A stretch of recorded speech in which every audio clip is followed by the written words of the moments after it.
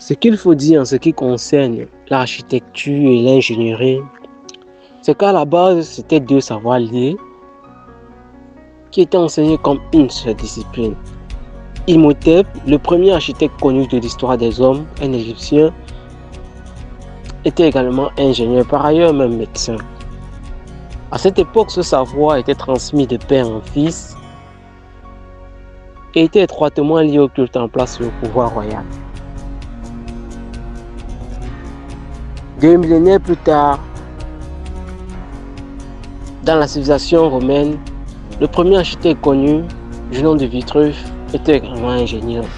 Le système restait le même.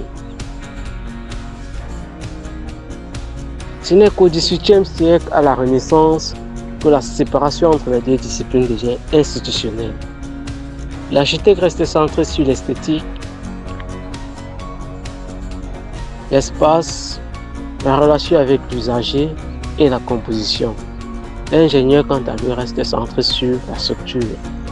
Par ailleurs, avec l'avènement des différents ordres à travers le monde, les deux disciplines sont plus spécifiquement définies et encadrées juridiquement.